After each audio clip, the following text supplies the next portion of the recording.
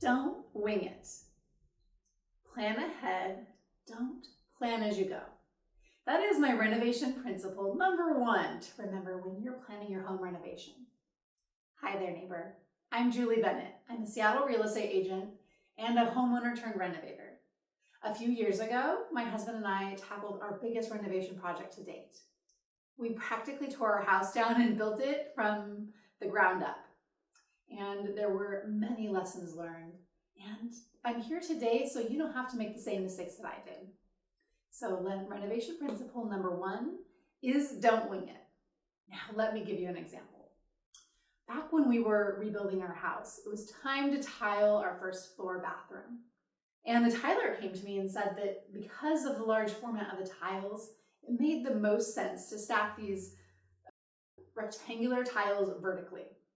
Now we hadn't planned the details such as how were the tiles going to be laid out? How thick would the grout be? How would this fit into this space? Now those are really little details and you tend to think, oh, we can just plan that on the day when it comes. Now in the moment, I thought, well, it's probably right. That would make sense. But I did a really critical thing and I paused. And I went and I Googled images of tiles that were laid vertically and they were terrible. They were so awful. And I almost made this mistake on something, tiling the bathroom that I would have hated. So I came back and they said, no, we will not be tiling the bathroom vertically. It just looked awful and it just was out of balance. And what I realized in that moment was that the solution that he had come up with was the one that made the most sense for him.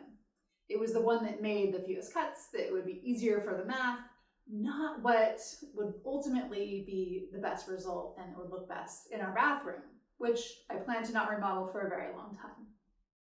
So this is a really small example of a decision that was made on the fly where we didn't have all the details fleshed out, but it would have been one of those things that we'd have to live with for a really long time.